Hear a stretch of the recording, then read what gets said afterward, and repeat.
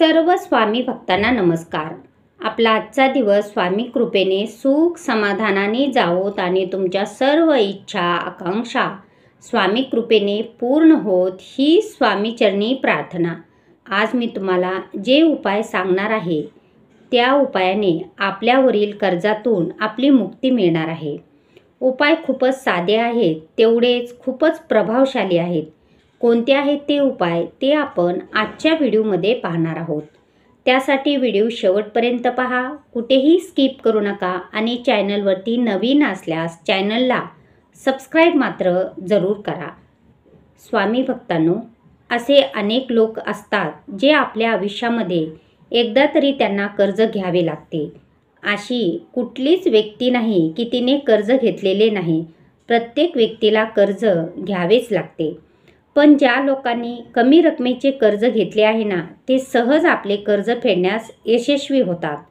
पण ज्यांनी मोठ्या रकमेचे कर्ज घेतले आहे त्यांना मात्र कर्ज फेडण्यासाठी खूप समस्याचा सामना करावा लागतो। कर्ज फेडण्याची इच्छा असून देखील ते कर्ज फेडू शकत नाहीत। अशा लोकांसाठी कर्ज फेडण्याचा जे उपाय आहेत त्या उपायाच्या मदतीने कोणतीही व्यक्ती कमी वेळामध्ये अगदी सहज आपले कर्ज फेडू शकते। कर्जमुक्तीसाठी 5 प्रभावी उपाय पहा। पहिला उपाय आहे गायत्री मंत्र। या उपायासाठी आपल्याला 5 रंगाचे गुलाब फूल घ्यावे आणि पांढरे वस्त्र घ्यायचे आहे। पांढरे वस्त्र आपल्याला 1.5 मीटर घ्यायचे आहे।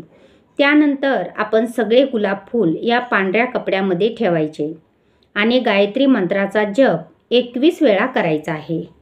जप झाल्यानंतर त्या कपड्यामध्ये गुलाब फूल बांधायचे आहे आणि ते गुलाब फूल आपण वाहत्या पाण्यात आपल्याला सोडायचे आहे। हा उपाय केल्यानंतर काही दिवसातच आपल्यावरील कर्ज कमी होत असल्याचे दिसून येईल। दुसऱ्या उपायासाठी आपल्याला एक काळा धागा आणि नारळ याची गरज लागेल। हा उपाय करण्यासाठी आपली जेवढी उंची आहे ना तेवढ्या उंचीचा काळा धागा लागेल आणि नंतर हा काळा धागा नारळाला गुंडाळायचा। नंतर आपल्याला हळद कुंकू वाहून नारळाची पूजा करायची आणि पूजा झाल्यानंतर हा नारळ वाहत्या पाण्यात आपल्याला सोडायचा आहे। परंतु एक लक्षात ठेवा, हा उपाय आपल्याला फक्त शनिवारच्या दिवशी करायचा आहे। तिसऱ्या उपायासाठी आपल्याला लागत आहे मसुराची डाळ। मसूर डाळ महादेवास अर्पण केल्याने कर्ज कमी होते। हा उपाय आपल्याला सोमवारी अथवा मंगळवारी शिवलिंगावर मसूर डाळ अर्पण करा।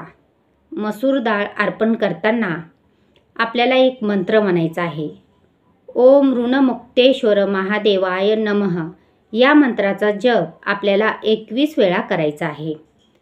चौथ्या उपायासाठी आपल्याला लागत आहे मोहरीचे तेल म्हणजेच राईचे तेल। शनिवारच्या दिवशी आपण एका मातीच्या दिव्यामध्ये मोहरीचे तेल टाकावे। नंतर हा दिवा व्यवस्थित झाकून घ्यावा। या दिव्याला झाकल्यानंतर आपण नदी किनारी जाऊन तिथे एक खड्डा बनवून त्या दिव्यास त्या खड्ड्यामध्ये पुरायचे आहे।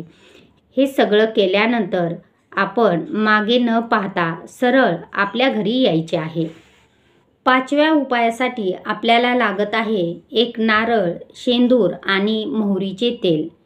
मोहरीच्या तेलामध्ये आपल्याला शेंदूर मिक्स करायचा आहे आणि त्यानंतर त्या नारळावर त्या शेंदुराने एक स्वस्तिक काढायचे आहे। नंतर तो नारळ आपल्याला मंगळवारी मारुतीला अर्पण करायचा आहे। नैवेद्य म्हणून तुम्ही साखर किंवा पेढा नेऊ शकता। नंतर तिथे बसून आपल्याला ऋणमोचक मंगल स्तोत्र वाचायचे आहे। हा उपाय केल्याने आपल्याकडे धन येण्यास सुरुवात होईल, ज्यामुळे आपण कर्ज सहज फेडू शकतो।